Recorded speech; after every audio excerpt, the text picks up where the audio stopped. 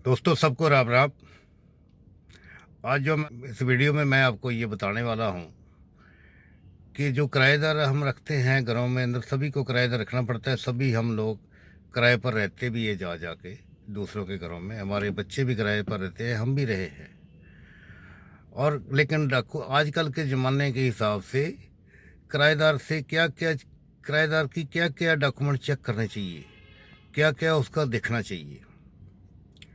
अगर आपको ये वीडियो अच्छी लगे तो इस मेरे चैनल को अगर आपने सब्सक्राइब नहीं करा है तो सब्सक्राइब भी कर देना, वीडियो को लाइक भी कर देना। अगर आपको कोई डाउट हो तो इसमें कमेंट भी कर देना। तो चलिए आगे मैं आपको ये कहानी शुरू करता हूँ कि एक बार क्या हुआ कि मैंने चंडीगढ़ के पास ही जीरकपुर में एक फ्लैट खरीद लिया 4 BHK 2400 स्क्वायर फुट का।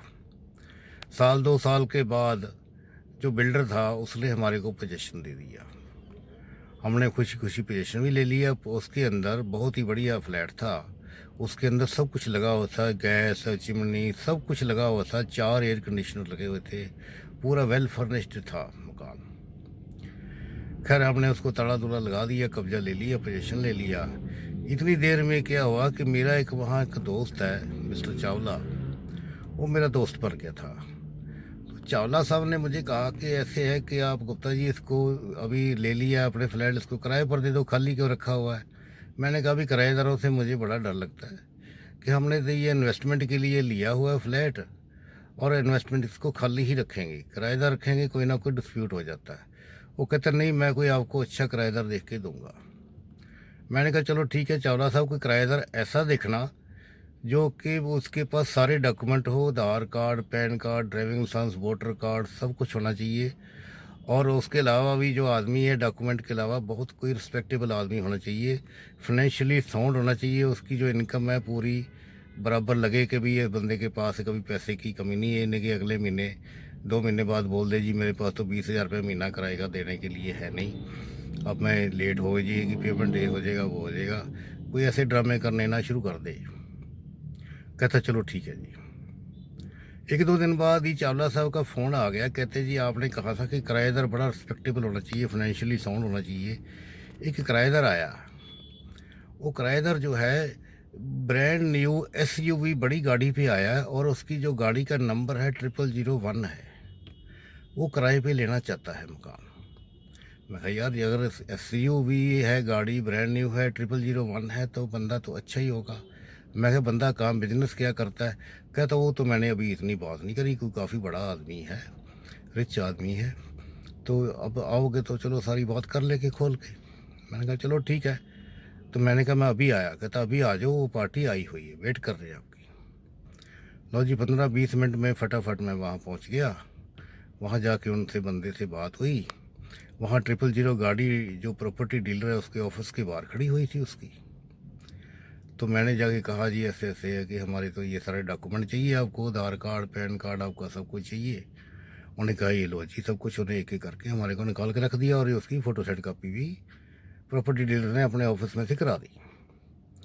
तो मैंने कहा जी दूसरी कंडीशन ये है कि आपको हमने 12 महीने के लिए या 11 महीने के लिए देना है। 1 महीने का तो एडवांस लेंगे कैश, जो कि एडवांस चलता रहेगा, बाकी आपने हमारे को 11 चेक दे दो। उन्हें कहा लो जी। उन्हें फटाफट 20,000 रुपया निकाला, हमारे को दे दिया, प्रॉपर्टी डीलर के दे दिया प्रॉपर्टी डीलर को। और बाकी जो 11 चेक थे फटाफट उसने साइन करके जल्दी जल्दी में दे दिए हमारे को। हम तो खुश हो गए जी। हमने कहा ले लो जी फ्लैट की चाबी और अपना रहना शुरू करो।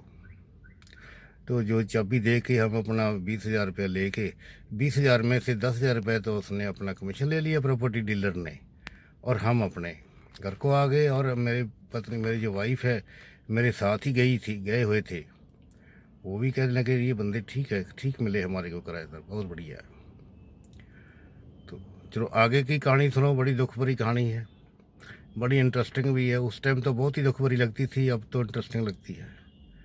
आगे क्या हुआ, जो पहले मैंने चेक की ड्यू डेट आई तो हमने, जो हमारा एक पड़ोसी है वो एक बैंक में सर्विस करता है, वो उसी बैंक में ही वो नौकरी करता है जिस बैंक का इसने भाई साहब ने हमारे को चेक दिए थे, एडवांस चेक दिए थे। तो मैंने कहा, फिर मेरी वाइफ ने कहने लगे, कहते आप इसी को ही दे देते हैं चेक, ये कैश करवा के ला के हमारे को शाम को 20,000 रुपया दे देगा लड़का। तो मैंने उस लड़के को कहा, मैं तुम जब जाओगे ना, कि जब शाम को आओगे तो हमारे को ये 20,000 रुपये निकलवाते आना अपने बैंक से, तुम्हारी ही ब्रांच का चेक है। वो कहने लगा, अंकल जी कोई बात नहीं, ले आऊँगा। तो वो हुआ क्या कि थोड़ी देर बाद ही उसने, तो लड़के ने शाम को आना था, 10-11 बजे के बाद ही उस लड़के का फ़ोन आ गया। कहता, अंकल जी ये चेक आपको किसने दिया है, किससे लिया है आपने ऐसा चेक? मैंने कहा, क्यों, इसमें चेक की क्या प्रॉब्लम है? कहता, नहीं आप पहले मुझे बताओ ये चेक आपको दिया किसने? मैंने कहा, यार दिना किसी, हमने बड़ा जीरकपुर वाला फ्लैट किराए पे दिया, उस किराएदार ने दिया। कहता, ये जो चेक बड़ा गलत चेक है, ठीक नहीं है। मैंने कहा, क्या प्रॉब्लम है, फ्रॉड है कुछ? कहता, फ्रॉड क्या है? कहता, ये तो बिल्कुल ब्रांड न्यू अकाउंट है और अभी अभी ये अकाउंट खुला है, जीरो बैलेंस है इसके। जीरो बैलेंस के, कहते हैं हमारे बैंक ने कोई स्कीम चलाई थी कि जीरो बैलेंस के अकाउंट खोल रहे थे। तो इस बंदे ने जीरो बैलेंस का अकाउंट खुलवाया हुआ है। इस अकाउंट के अंदर आज तक ना तो कोई पैसा जमा हुआ, ना ही कोई पैसा निकला। सिर्फ ये जो पहली ट्रांजैक्शन है, ये चेक इसने आपको दिया, ये पहला चेक है आपका, और इसका पैसा भी मैं कैसे लेके आऊँ, इसमें तो जीरो जब बैलेंस ही नहीं है। मैंने कहा, चलो कोई बात नहीं, तुम ऐसे करो, ये अपना लेके चेक जो है शाम को वापस आ जाओ, शाम को मेरे को दे देना। उस बंदे को, हम लोग बड़े चक्कर में पड़ गए। उस बंदे को मैंने पूछा था कि तुम काम क्या करते हो, जो किराएदार था। कहता, ये एक तो उन्होंने हरियाणा के किसी बड़े शहर का नाम लिया, वहाँ मेरा होटल है। एक उसने कहा ये हमारा होलसेल का बिजनेस है, कुछ ऐसे। मैंने कहा, चलो ठीक है, होगा, हमने ज़्यादा गौर नहीं किया, अभी चलो ठीक है ये बंदा। फिर मैंने उसको फ़ोन करा किराएदार को। मैंने कहा, जी ऐसे ऐसे इसमें तो चेक आपका पास नहीं हो रहा है, इसमें तो बैलेंस ही नहीं है। वो कहता, हाँ हाँ अच्छा, हो तो मैं भूल गया था, मैं बाहर आ गया दिल्ली, मैं 10-15 दिन के लिए बाहर हूँ, जब वापस आ जाऊँगा आपके पे पैसे जमा करा दूँगा आके, तो फिर आपने कैश करवा लेना। तो जी आना उसने किया था, वो तो सारा महीना बीत गया। नेक्स्ट मंथ का भी चेक ड्यू हो गया। अब पहले मंथ के तो चेक क्लियर नहीं हुआ, दूसरे वाला भी कैसे हो? मैंने अपने पड़ोसी लड़के से पूछा, मैंने कहा कि वो जो है तो उसका देखो कि पैसे पुसे जमा हुए हों तो। कहता, नहीं जी कुछ भी नहीं थी उसमें, क्या जमा होना, उसने आज तक कुछ भी नहीं हुआ। फिर क्या हुआ कि 2-3 महीने बाद फिर हमने क्या करा, अब प्रॉपर्टी डीलर को भी क्या बोलने। प्रॉपर्टी डीलर क्या करेगा, उसने अपनी कमीशन ले ली, उसने कोई करवाया था, वो कोई वहाँ थानेदार थोड़ा लगा हुआ है कि हमारे किराया भी वो लेके देगा, कलेक्शन करके देगा, ये थोड़ा कोई उसके साथ कोई हमारी टाई अप हुआ। खैर बाई चांस वो एक दिन मैं हम वहाँ गए तो वहाँ वो प्रॉपर्टी डीलर मिल गया। मैंने कहा, वो उसने मुझे खुद ही पूछा, चावला साहब ने। कहते, जी फिर ठीक है, किराएदार आपको बढ़िया मिल गया, आपको किराया वगैरह आ रहा है? मैं कहा, किराया कहाँ से आना था? फिर मैंने उसको सारी कहानी सुनाई। ओहो, फिर उसने उस बंदे को, उसका कोई एसोसिएट था या एम्प्लाई था, कोई उसको बुलाया जो कि वहाँ रह रहा था।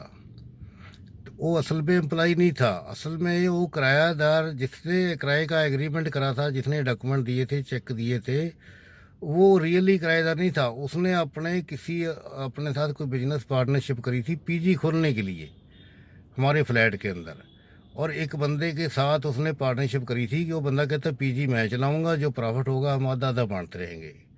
और हुआ क्या कि वो जो 4 कमरे उन्होंने किराए पे देने थे, 4 में से सिर्फ 2 कमरे ही किराए पर चढ़े, 2 खाली रहे।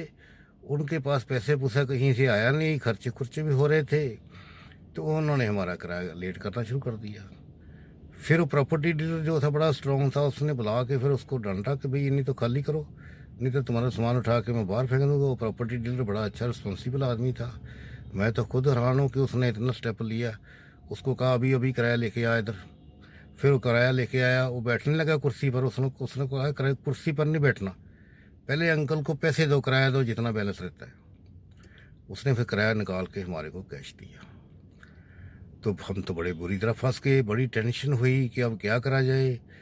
4 कमरे का फ्लैट, 4 एयर कंडीशनर उसके अंदर लगे हुए थे, गर्मी का मौसम था। हमने सोचा है तो बिजली का बिल ही बहुत आ जाएगा, जो बंदा किराया नहीं दे सकता 20,000 रुपये महीने का, ये तो 20-20 हज़ार की, 25-25 हज़ार रुपये की तो बिजली का बिल आना शुरू हो जाएगा। हमने सोचा कि इससे कैसे पीछा छुड़ाया जाए। फिर जो मेन किराएदार था जिसने एग्रीमेंट का करा था, उसको भी हमने अप्रोच करा। वो कहता, जी असल में अब तो मैं तो बाहर हो रहा हूँ, मेरा किरायानामा तो कैंसिल कर दो, एग्रीमेंट इसके नाम कर लो। हमने कहा, इसके नाम कैसे एग्रीमेंट कर ले, इसके पास तो कुछ है ही नहीं, ये तो हमारा फ्लैट ही सारा जो है, इतना महंगा फ्लैट है, 4 बेडरूम का, 70-80 लाख रुपए का फ्लैट था। हमने कहा तो सारी ज़िंदगी की कमाई हमने लगा दी, ये तो हमारा तो ये सारा फ्लैट बर्बाद हो गया। बड़ी मुश्किल से हमने उस किराएदार से खाली करवाया, और बाई चांस लकली उसने खाली भी कर दिया। पता नहीं उसको घाटा पड़ गया, क्या हो गया, फिर वो अपने आप ही अपना सामान उठा के लेके चला गया। इस तरीके से दोस्तों हमारी जान छुट्टी। तो आगे के लिए मॉरल ऑफ द स्टोरी ये है कि आगे के लिए सारे डॉक्यूमेंट तो देखो, जिस किराएदार को भी आपने मकान देना है उसके सारे डॉक्यूमेंट देखो, पैन कार्ड, आधार कार्ड देखो, वोटर कार्ड देखो। लेकिन उसके अगर वो चेक एडवांस ले रहे हो तो उसकी बैंक स्टेटमेंट भी देखो कि उसके बैंक में इतने पैसे हमेशा रहते हैं या नहीं रहते हैं। पिछले 6 महीने की या 1 साल की उसको बोलो भाई स्टेटमेंट दिखा अपने बैंक की, ये चेक का क्या पता पास होगा कि नहीं होगा। सो दोस्तों, इसलिए ये सारा मेरे साथ ये एक्सपीरियंस हुआ। इसी एक्सपीरियंस को आपके साथ शेयर करने के लिए ये वीडियो बनाई है। आपको अच्छी लगे तो इसको लाइक कर देना, नहीं अच्छी लगे तो डिसलाइक कर देना।